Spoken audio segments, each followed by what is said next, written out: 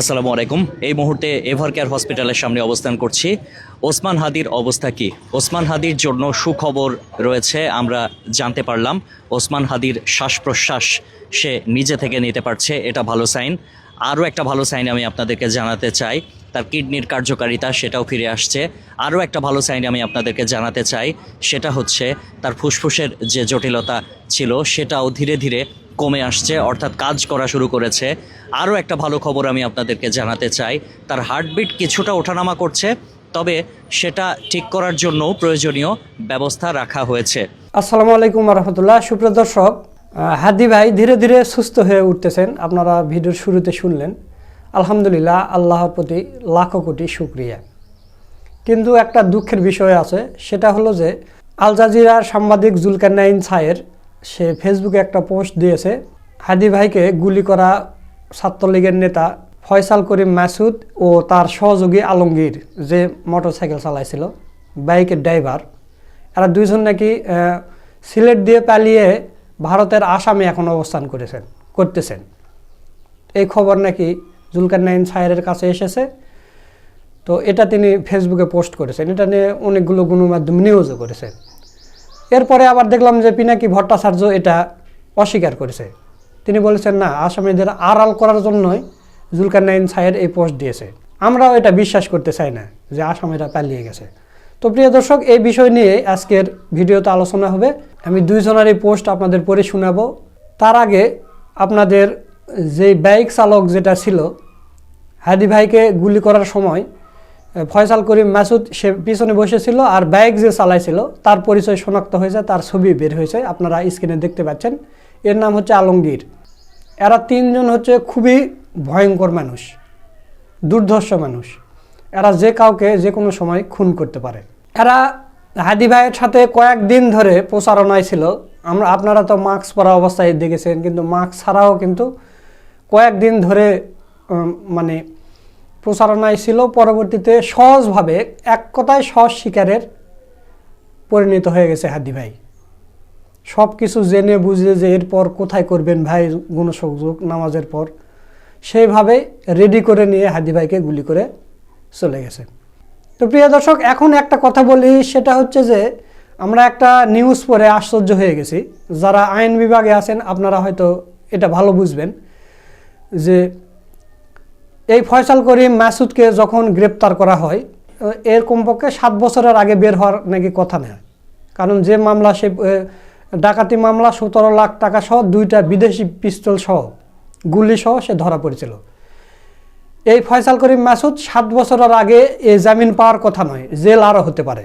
আর supreme কোর্টে হচ্ছে এর জামিনের জন্য সুপ্রিম কোর্টে আবেদন করতে হবে। তো আবেদন করলে নাকি সুপ্রিম কোর্টে এত পরিমাণ আবেদন পড়ে, জামিনের আবেদন পড়ে, এরকম মামলার আবেদন নাকি মানে টাকা পয়সা দিলেও 6-7 মাস লেগে যায়। তার মানে এত তলে কাগজ পড়ে যায়, তার ডেট আসতে আসতে 6-7 মাস লেগে যায়। তাহলে এই ফয়সালের এই কাগজটা অতি দ্রুত 3 মাসের মধ্যে তাকে জামিন দেওয়া হলো, আবার কয়েকদিন পরে 1 বছরের জন্য জামিন দেওয়া হলো। তাহলে কারা এগুলো করলো? তো আমরা যেটা অনুসন্ধান করে বের করেছি সেটা হলো যে বিএনপির আইনজীবী এই ফয়সাল করিম মাসুদকে অতি দ্রুততার সাথে জামিন দিয়ে দেয়, প্রথমেই 3 মাসের, এরপরে 1 বছরের। তো কার কাছ থেকে জামিন নেই, কোন বিচারকের কাছ থেকে, সেটা একটু শুনেন, আপনারা অবাক হয়ে যাবেন। কোন বিচারক জানেন? ডাকসু নির্বাচনের কয়েকদিন আগে আপনারা দেখেছেন যে একজন শাহবাগী নারী SM ফরহাদের বিরুদ্ধে মামলা করেছিল। মামলা করেছে SM ফরহাদের বিরুদ্ধে। ওই বিচারকের কাছে মামলা যাওয়ার সাথে সাথে সে ডাকসু নির্বাচনই বন্ধ করে দিয়েছিল। যেই বিচারক ফয়সালকে পরপর 1 বছরের জামিন মঞ্জুর করছে, ওই বিচারকই ডাকসু নির্বাচন বন্ধ করে দিয়েছিল। এর 1 ঘন্টার মধ্যে আবার শিশির মুনির ভাই হাইকোর্ট থেকে সেটার পারমিশন নিয়ে আসে যায়। এরপর কি এই বিচারকের কোনো বিচার হয়েছে বা তাকে কোনো জিজ্ঞাসাবাদ করা হয়েছে যে কেন ডাকসু নির্বাচন বন্ধ করে দিলে? না, করা হয়নি। এই বিচারকই 1 বছরে জামিন দিয়েছে এই ফয়সাল করিমকে।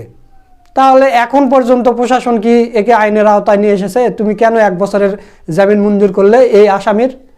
এই তো হাদিকে খুন করতে গিয়েছিল। এবং বিএনপির যে আইনজীবী এবং নেত্রকোনা 1 আসনের এমপি প্রার্থী, এই বিএনপির আইনজীবী যে ফয়সালের জন্য জামিনের আবেদন করেছিল, আপনি চিন্তা করতে পারেন একটা আবেদন করলে 6-7 মাস লেগে যায় সুপ্রিম কোর্টে, সেখানে মনে করেন যে 3 দিনের মাথায় জামিন মঞ্জুর, 1 বছরের জামিন মঞ্জুর। তাহলে এরা কিন্তু আওয়ামী লীগের সাথে মানে মিলেমিশে কাজ করতেছে, ভারতের সাথে মিলেমিশে কাজ করতেছে, এটা একজন শিশুও বুঝতে পারবে। তো প্রিয় দর্শক, আপনারা বুঝতেই পারতেছেন যে আসলে কি চলতেছে।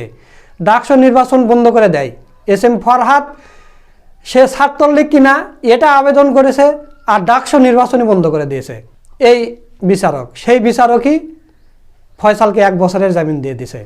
দেখেন, চিন্তা করে দেখেন যে এরা কিন্তু ভারতের হয়ে কাজ করতেছে, কিন্তু এদের বিরুদ্ধে ডক্টর মোহাম্মদ ইউনূসের কিচ্ছু করার নেই, কিছু করার নেই, কোনো জবাবদিহিতা নাই।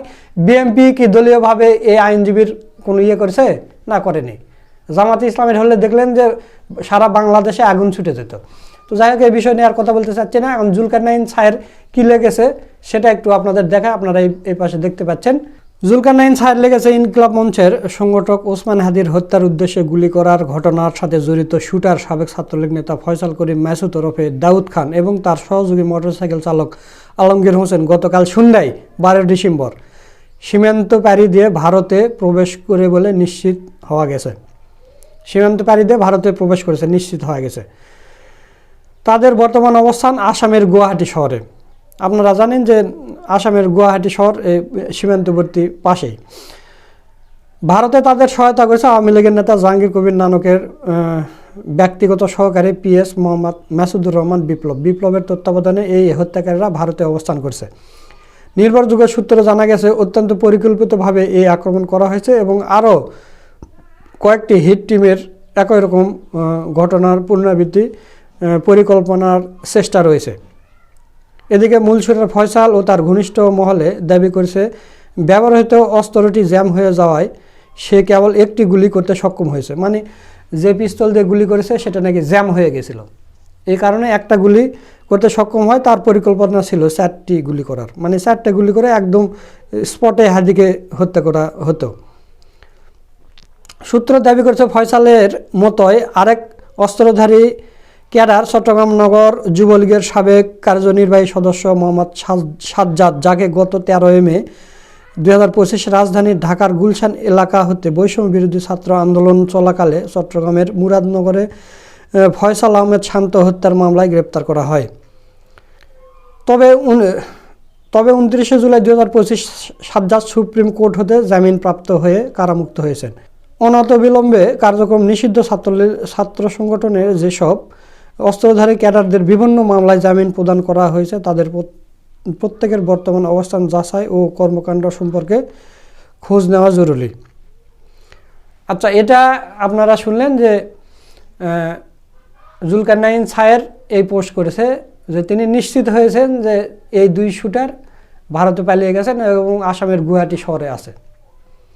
তো এই পরিপ্রেক্ষিতে অনেকে একটা সিসিটিভি ফুটেজও দিচ্ছেন যে সীমান্তবর্তী এলাকায় যখন সে ট্রেন থেকে নেমেছে তারা নাকি চিহ্নিত করেছে। আপনারা স্ক্রিনে ভিডিওটা দেখেন। এই যে তার চেহারাটা দেখেন, আমার খুব ক্লোজ করে দেখে আঙুলটা সারা তোমার। জি জি, এই যে এই যে আবার তাকে একটু দেখে নেন।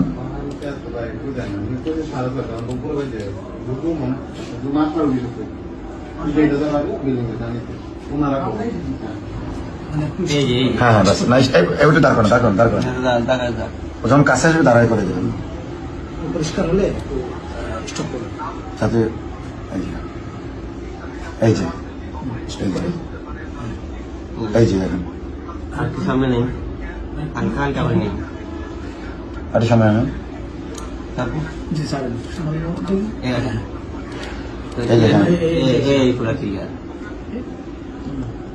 ও নামার সময় বেশি ক্লিয়ার, বুঝছেন? আবার একটু আটু পিছনে না। সুপ্রিয় দর্শক, আমরা বিশ্বাস করতে চাই না যে আসামিরা পালিয়ে গেছে, কারণ বাংলাদেশের আইন শৃঙ্খলা বাহিনীর প্রতি আমাদের পূর্ণ আস্থা আছে। কারণ ওই আইন শৃঙ্খলা বাহিনী আছে যেটা গত 15 বছর হাসিনার শাসন আমলে ছিল। আপনারা দেখছেন জামাত শিবিরের নেতাকর্মীরা যদি 7 তবক মাটির নিচে গোপন বৈঠক করতো সেটাও তারা খবর পেত, সেখান থেকে গ্রেপ্তার করে নিয়ে যা আয়না ঘরে রাখতো। আপনারা দেখেননি গোপন মিটিং করতেছে, জঙ্গি মিটিং হচ্ছে, এসে হ্যান ত্যান। আপনারা দেখেননি জামাত শিবিরের কোনো নেতাকর্মী কোথাও মিটিং করতে পারেনি। কি বললাম যে 7 তবক মাটির নিচে মিটিং করলেও তারা খবর পেত, টের পেয়ে যেত আগেই এবং ধরে নিয়ে যেত। তো তাহলে এই ফয়সাল করিম, মাসুদ বা এই আলমগীরকে ওই প্রশাসনই ধরতে পারবে না, আমরা এটা বিশ্বাস করতে চাই না। অবশ্যই ধরতে পারবে। তো প্রিয় দর্শক, জুলকারনাইন স্যারের এই পোস্টকে আবার পাল্টা পোস্ট দিয়েছে পিনাকি ভট্টাচার্য। তিনি আবার কি বলেছেন আপনারা এই পাশে দেখতে পাচ্ছেন। ওয়াকারের প্রতিপালক গোয়েন্দা তথ্যের বরাত দিয়ে কইল প্রথমে ইন্ডিয়া থেকে 80 জন শুটার আসিছে, কিন্তু আলটিমেটলি বাইর হইল বাংলাদেশের আধাবরের এক ছাত্রলীগ আকামটা করেছে। মানে এর আগে কিন্তু হচ্ছে জুলকারনাইন স্যার বলেছিল যে 80 জন শুটার একবারে অস্ত্র শস্ত্র নিয়ে বাংলাদেশে ঢুকেছে এবং তারা গুলি চালাবে। কিন্তু আমরা বাস্তবে কি দেখলাম যে এই কামটা করেছে আধাবরের এক ছাত্রলীগ নেতা। মানে পিনাকি ভট্টাচার্য এটা বুঝাতে চাইছেন। এরপর পিনাকি লিখতেছেন যে দ্য ডিসেন্ট যদি অনুসন্ধানের বাইর না করতো, এটা লোকাল এলিমেন্টের কাম, তাইলে প্রতিপালকের সেই ইন্ডিয়ান শুটারের গল্পয় মাইনা সবাই মেনে নিত। ফলাফল হয়তো কি আসল খুনি আড়ালে থাকতো, ঠিক কিনা? না, এই কথারও যুক্তি আছে। দ্য ডিসেন্ট সম্পূর্ণ ছবি স্ক্যান করেছে তার নির্বাচনী প্রচারণা এবং তার ঘড়ি, আকাশের রঙের ঘড়ি দেখে কিন্তু দ্য ডিসেন্ট নিশ্চিত হয়েছে এবং সিসিটিভি ফুটেজ করে নিশ্চিত হয়েছে যে এটা ছাত্রলীগ নেতা ফয়সাল করেছে। যদি এটা না করা যেত, পিনাকি ভট্টাচার্যের প্রশ্ন, যদি ডিসেন্ট এটা না বের করতো, তাহলে ওই জুলকারনাইন স্যার যে বলেছিল যে 80 জন শুটার ঢুকে গেছে ইন্ডিয়া থেকে বাংলাদেশে, এটা সবাই মেনে নিত আর আসল খুনিরা আড়ালে চলে যেত। এটা কিন্তু যুক্তি আছে কথার, পিনাকি ভট্টাচার্যের কথার। এখন প্রতিপালক বয়ান আনতেছে ছাত্রলীগের খুনিরা পালায় গেছে ইন্ডিয়ায়, মানে আমরা যেন খুনিদের খোঁজাখুঁজি ছাইড়া দিই। পাবলিক তো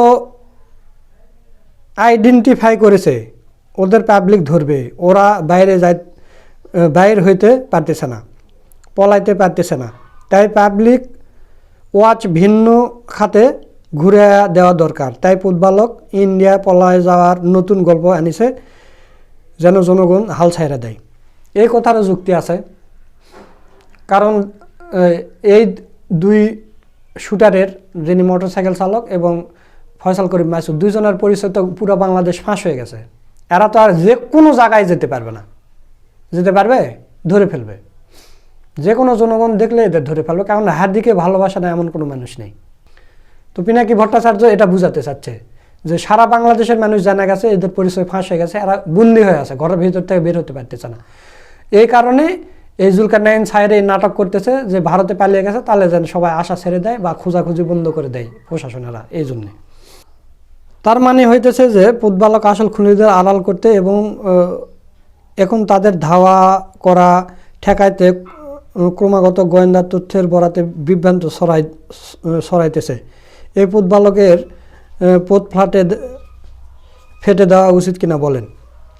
চারিদিকে সতর্ক দৃষ্টি রাখুন, ওদের আপনারাই ধরতে পারবেন। সতর্ক থাকলে 18 কোটি জনতার কোটি চোখে ফাঁকি দিয়ে ওরা পালাতে পারবে না ইন্ডিয়ায়।